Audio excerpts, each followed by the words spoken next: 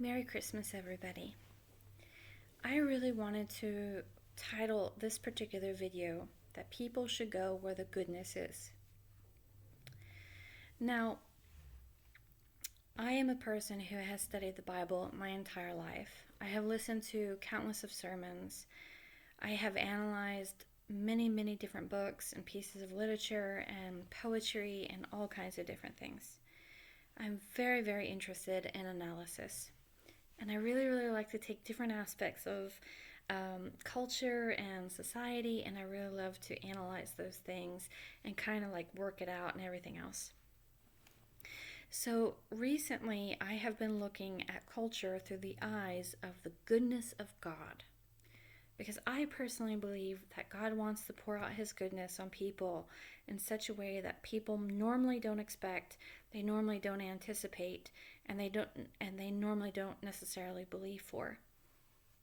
And I think one of the reasons why people have a difficult time believing in the goodness of God is because of a religious mentality that people have where they really try to withhold good. You know, they have something to give. They really truly could make someone's day brighter. They could encourage them. They could give them some blessing, but they withhold it. So I see that as sort of a religious mentality. So lately, I have been really analyzing the difference between Hugh Hefner, life with Hugh Hefner, and life in the church for women, specifically through the eyes of women. Now, if I were to really judge where my life would experience the most of God's goodness, if I were to be completely and tremendously honest, the place where I believe that I would experience more of God's goodness, if I were to analyze a life in the church or a life in Hugh Hefner's Playboy Mansion, I would probably pick Hugh Hefner's Playboy Mansion. This is incredibly shocking for a woman to say. This is incredibly shocking for a Christian to say. But it's true nevertheless, and I'll explain why. This video is not in any way, shape, or form to encourage people to go into the sex trade. This is not in any kind of way assuming that any woman who goes to any part of the porn industry would ever experience this same particular circumstance as what I see and what I can analyze that came specifically from Hugh Hefner and the Playboy Mansion. So I should just say that really specifically. But when you're looking at how Hugh Hefner was really building his empire, first of all, he built his empire in kind of a beautiful fantasy type of way that no other aspect of the porn industry could ever compare with. You know, it's just a marvelous invention to have a whole theme of bunnies with women and a mansion and some pajamas and a sea cap and all those other things. He he came up with a beautiful thing to sell. Not only that, but his magazine was known as being particularly classy. You know, it wasn't really just supposed to be about smuts. You know, you look at The Hustler, you look at other aspects of what we see today now in regards to porn, and it is it's very different from what the Playboy magazine really was. If we were to look at the contributions of what the magazine did for other people and for the world, and we think, of course, if we're looking through a biblical lens, we would say that it's not okay to lust for women who aren't your own, and there is certainly something that is really horrific about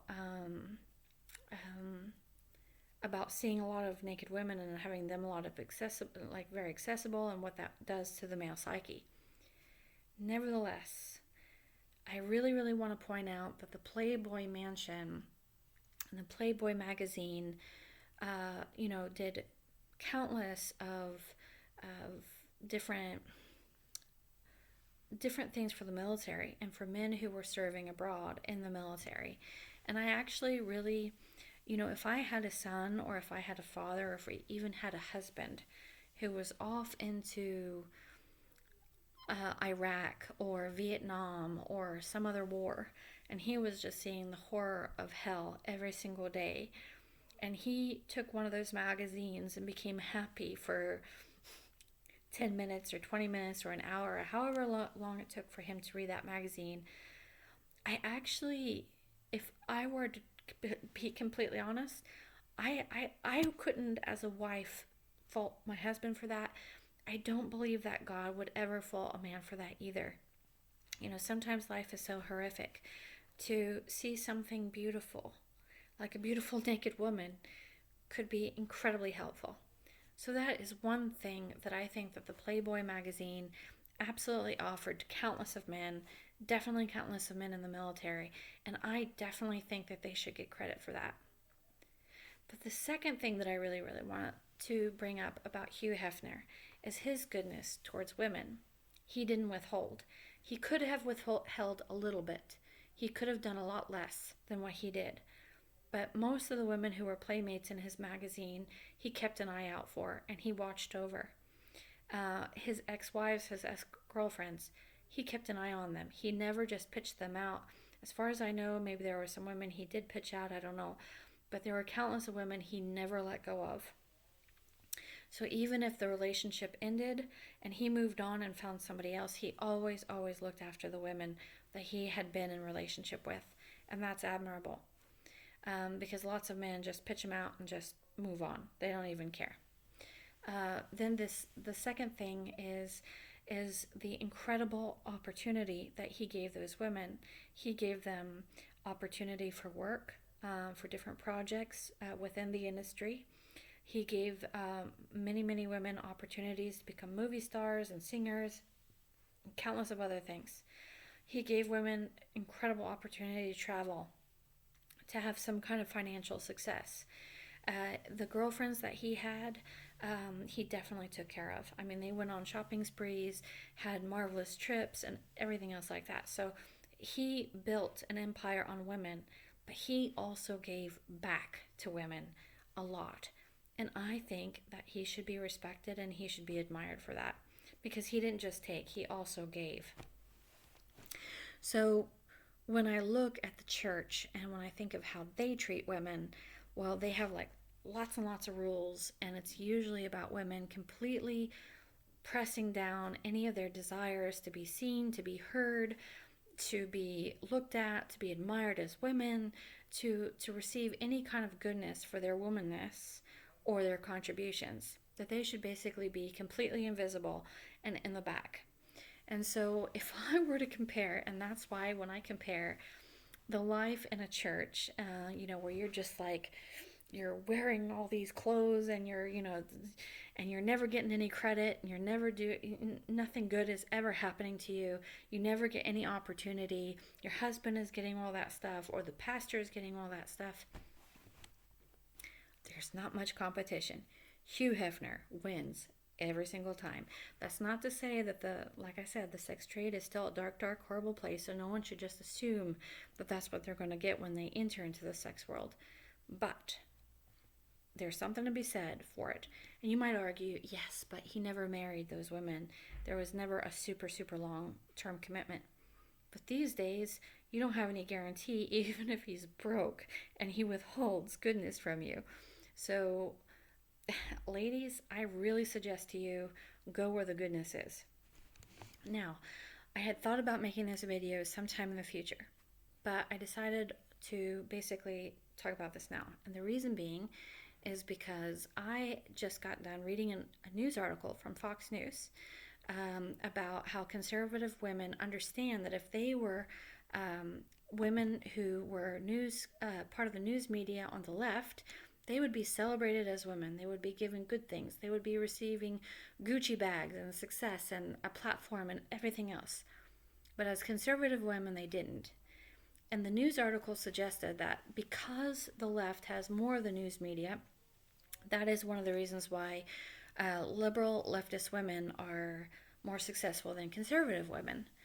But the simple truth is that's not really what's going on. You have conservative men who are withholding goodness from women. They withhold platforms, they withhold opportunity, they compete. If a woman starts doing really well, they start sexually demeaning her, they start tearing her down. And if you have the left that is fairly supportive of women and fairly supportive of people,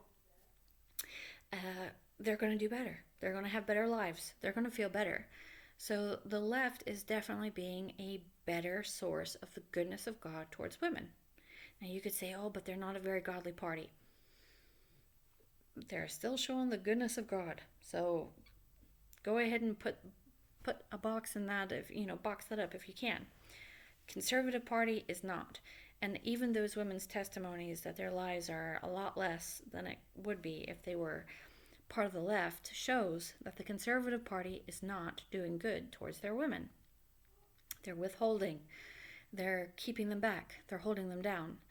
And this is something that I'm very passionate about because I am conservative and I'm a Republican. I lean towards the right, mostly.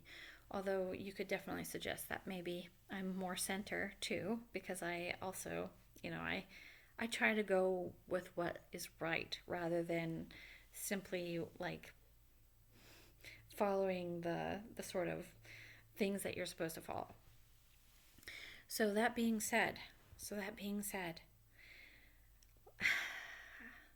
conservative men, if you want the power, the blessing, and the goodness of women, you're going to have to start opening the door up a little bit and sharing some of that spotlight. And you're going to have to stop withholding so much from women.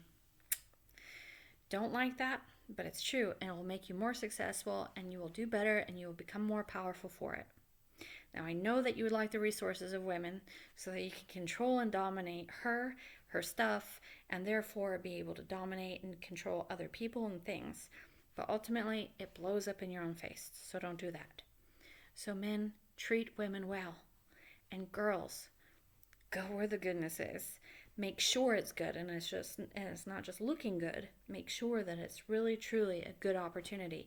But don't let any rules or any shame or anything try to hold you back from everything that your heart desires. And if your heart really leads you and gives you an opportunity or a place to go, do it. Don't care about what people think, because they're stupid anyways. Anyway, that is all I have to say. Merry Christmas. God bless everybody. Have a good evening.